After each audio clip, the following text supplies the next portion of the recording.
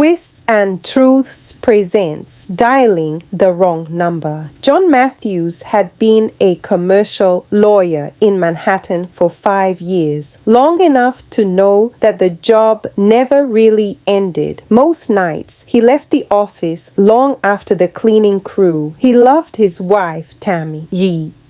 At least he believed he did. But the marriage had slipped into a quiet routine. Conversations turned into quick check-ins, dinners became silent meals, and "I love you" was something he now sent through flowers, not words. One busy evening, buried in briefs and deadlines, he grabbed his phone to call home. His mind was on the case, not the keypad. He dialed 2353331#. A woman answered. "Hi, Tammy, how's your day?" John said automatically. A soft laugh came through the line. "Darling, I know you dialed the wrong number. Nobody's called me that in a long time." John froze, embarrassed. "Oh, my apologies," he said. "I didn't mean to intrude." "It's fine," she replied warmly. "It was nice, actually." They exchanged a short, unexpected laugh. Before hanging up, John redialed the correct number, carefully this time, and told his wife he'd be home late, but that voice, it lingered. John had a hectic day the following morning, court, meetings, and paperwork, yet the wrong number woman kept drifting into his thoughts. Why? Just one call, 1 minute, one laugh. But it was the way she said, "Nobody's called me that in a long time." There was loneliness in her voice, something he recognized in himself. That night, after dinner with his wife, he reclined in his favorite chair and tried to focus on the game. But distraction gnawed at him. Later in bed, while Tammy slept beside him, he stared at the ceiling. Who was she? Why did he care? At 8 p.m., unable to resist, he tiptoed to the bathroom and dialed the number again. 1 ring, 2. "Darling, are you okay?" It was his wife. At the bathroom door, he fumbled, nearly dropping the phone. "Oh, yes, I'm fine," he blurted, shoving the phone into his pocket. He returned to bed, heart pounding. What am I doing? Why am I doing this?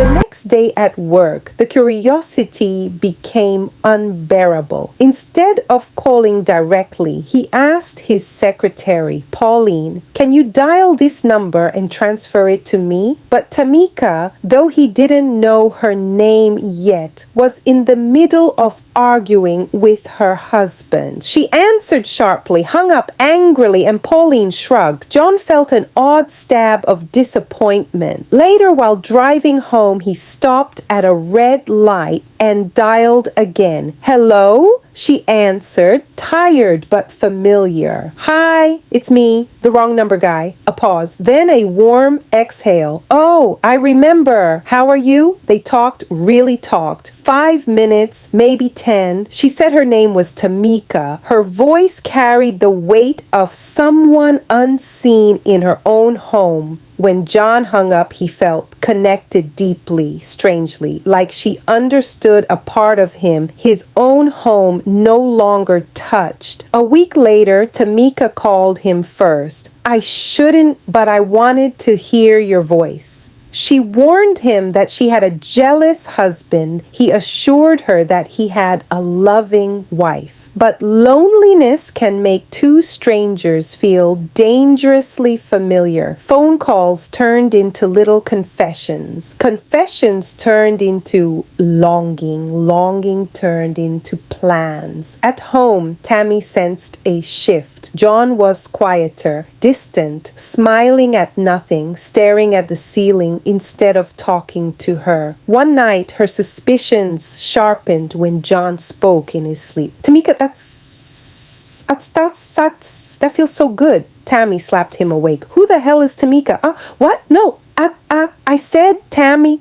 No, you didn't. My name is not Tamika, he stammered. She turned away, furious. John's heart thudded. He had almost blown everything. The next day, Tamika invited him to spend the weekend together for her birthday. He hesitated. 2 hours later, he said yes. That weekend, in a hotel 2 towns away, they crossed a line they could never uncross.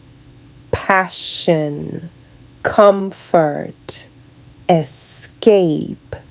They returned to their homes, but something had changed.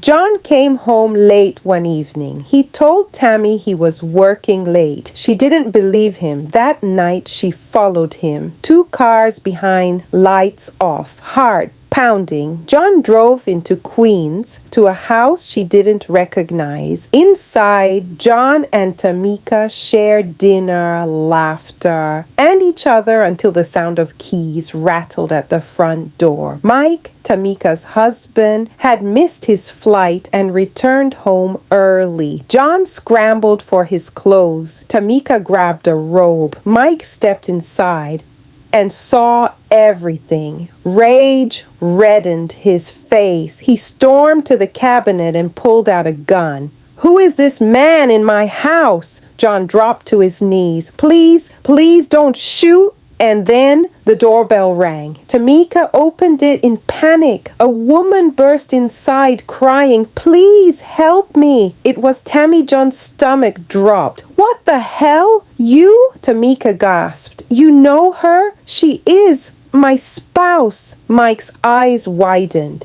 "Tammy, what are you doing here, Rila?"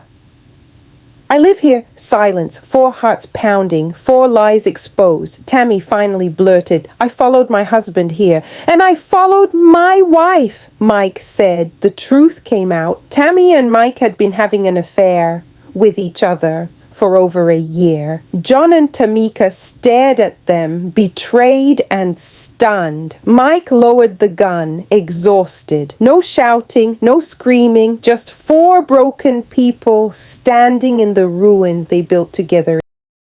In the weeks that followed, the truth settled in like dust after a storm. All 4 faced lawyers, conversations, tears, and silence. The kind of silence that forces you to face yourself. John realized something painful. Loneliness doesn't excuse betrayal. Neglect doesn't justify secrecy. And connection cannot grow in the shadows. Tamika discovered the truth behind her own heartache. Not that she needed a new man, but that she needed to be heard, truly heard. Tammy admitted she had been drifting long before John ever dialed that number. Mike confronted the anger he carried, not toward others, but toward himself. They all walked away from marriages that had been broken for longer than any of them realized. Weeks later, they met separately, without guns, lies, or screaming, just honesty, and they each learned the same truth. A relationship only survives when 2 people choose each other every single day, not out of habit, but out of intention.